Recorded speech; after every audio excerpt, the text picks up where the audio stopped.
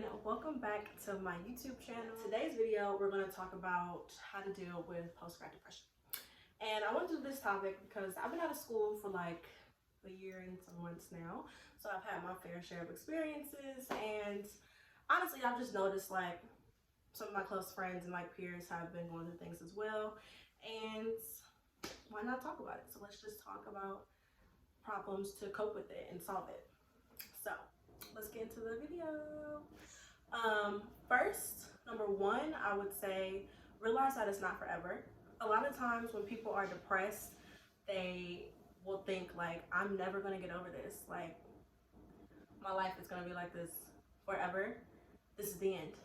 When really, you have to just realize that that's definitely not the case. One, other people have been through it before. Other people have felt these feelings. And if they can feel those feelings and get through it, why can't you? You can. So know that. And it should also make you feel better than other people like I went through it too. And like still came out of it.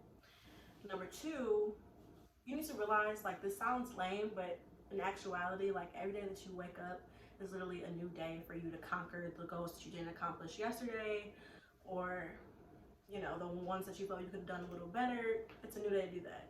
Or, this might sound weird, but it really might be another day, a new day, but like for you to fail at the same things you failed at yesterday. And y'all might be like, whoa, like, how can you say that?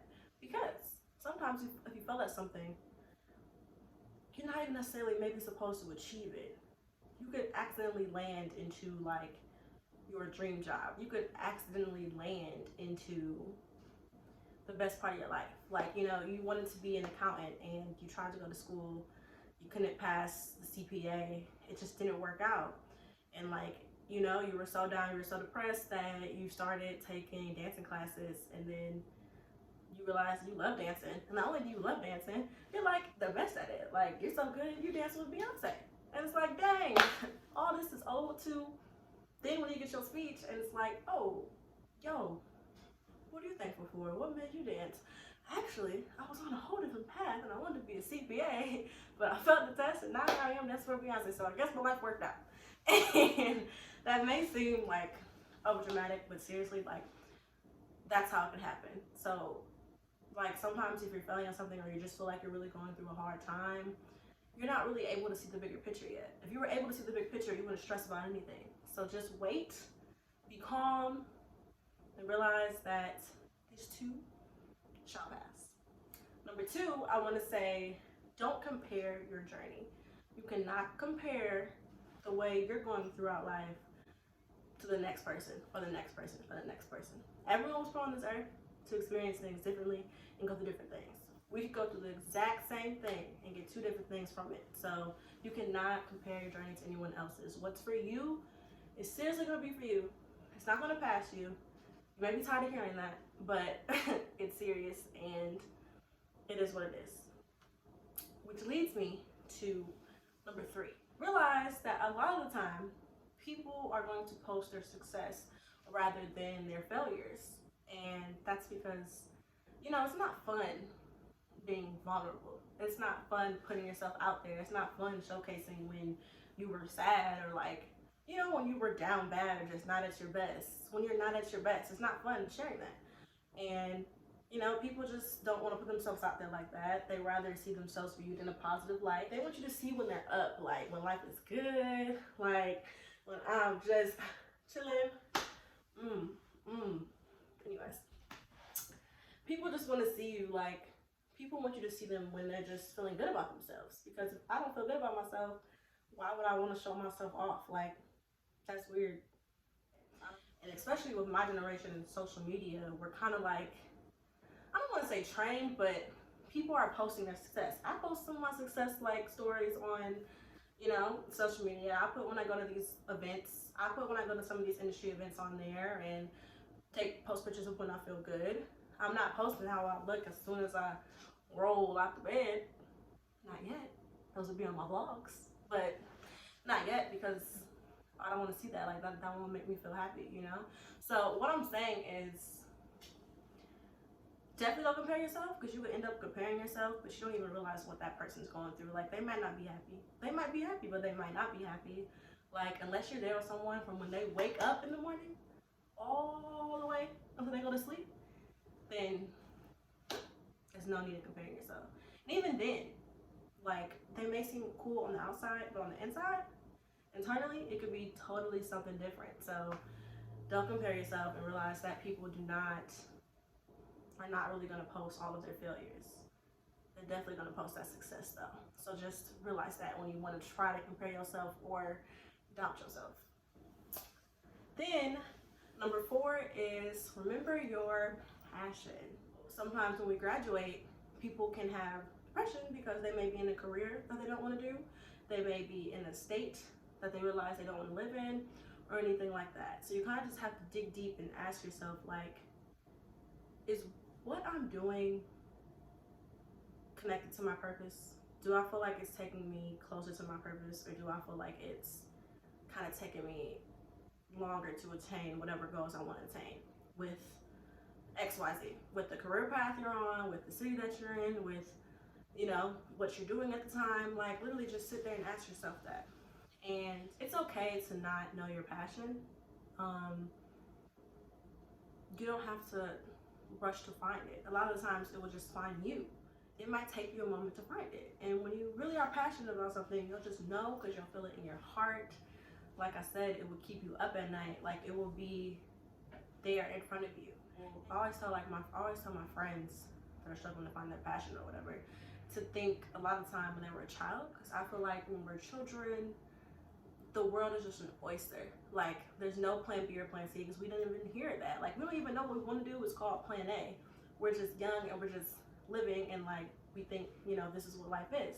If you ask a kid what they want to be when they get older, you're gonna hear like firefighter, astronaut, all these different kind of things, because it's just like, you ask me what I want to do, I'm going to tell you what I want to do. I'm not thinking about the limitations. I'm not thinking about plan B, plan C. I'm not thinking about if it doesn't work out. I'm just thinking about, this is what I want. So, you know, the first thing that you were really fond of, I would say, as a child, maybe something that you're really passionate about. And also, it doesn't have to be exactly what you went through. And what I mean by that is, like, say if you were younger, you liked dancing, right? Like, you always went to dance class, you loved dance class, you know, you just knew you wanted to be a dancer. Then you grew up and you realized you didn't want to dance anymore.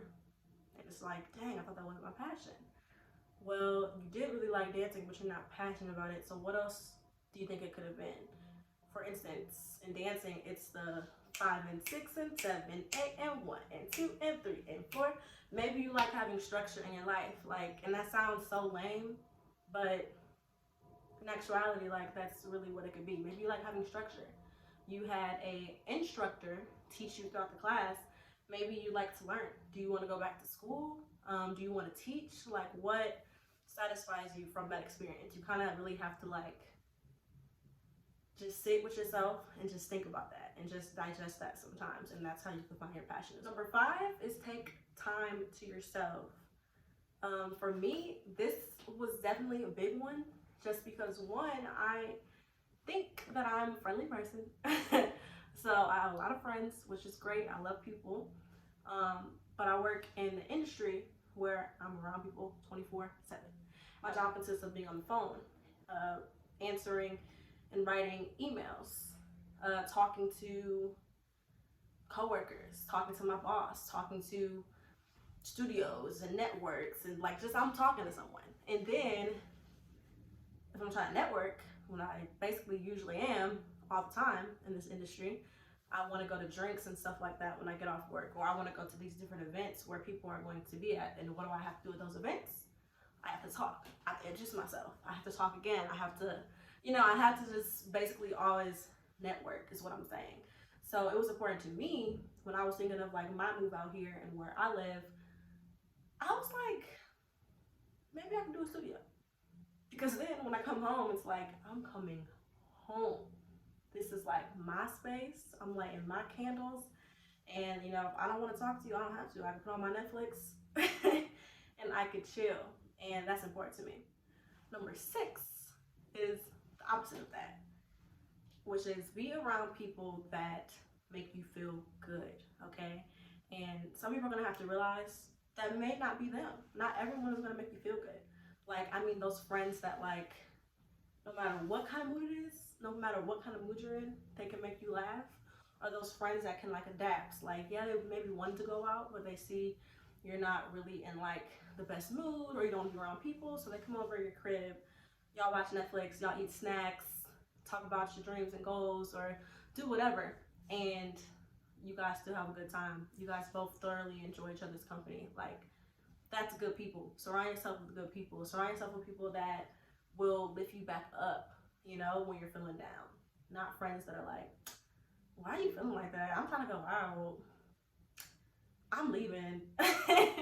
Like, you don't want to be around that energy. Energy is essential. So be around good energy, be around great people. Number 7, I would say be comfortable with being uncomfortable. Like, that is a huge one, okay? I'm from Cleveland, Ohio, baby. It's the third is what it's from. It's the third is what it's from. Alexa.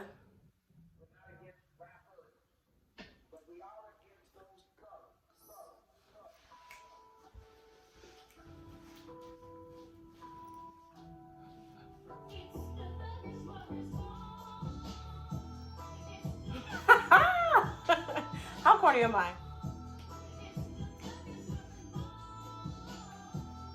All right, Alexa.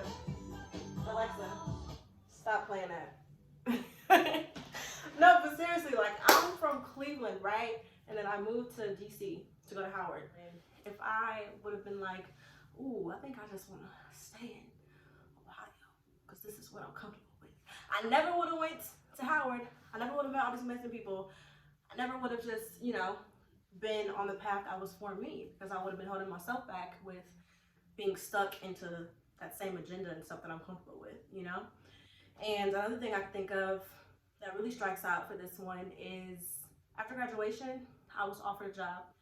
At this job, I would have made a significantly larger amount than I do now. And I was living in DC. So, but I wouldn't have been happy. And yeah, I would have just thought about every day what would have happened if I would have came to LA.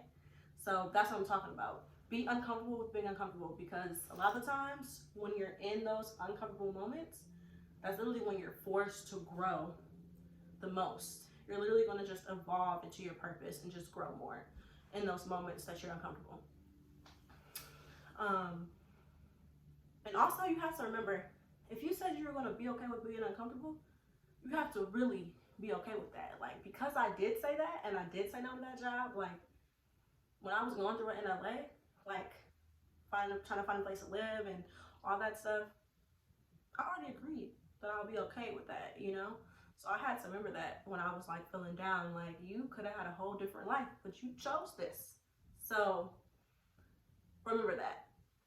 And then last, I would say, remember to hype yourself up, okay?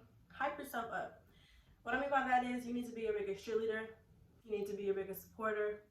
It's no time to look down on yourself. First of all, our generation also has a tendency to kind of like put school to the side, right?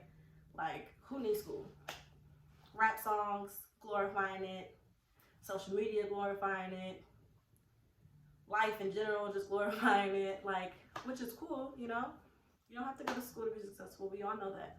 But if you did, you could go to school to be successful. And you could go to school. Like, as a matter of fact, you did go to school. You have post-grad depression because you graduated. So first of all, shout out to you for graduating. Shout out to you.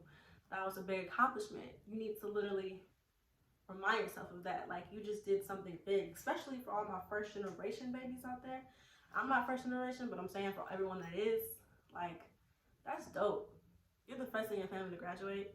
You just literally set a milestone, like, for everyone else. So you need to be proud of yourself and know that. Just always, but seriously, always hype yourself and know that you're amazing, okay?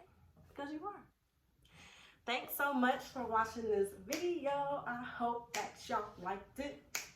like, comment, subscribe.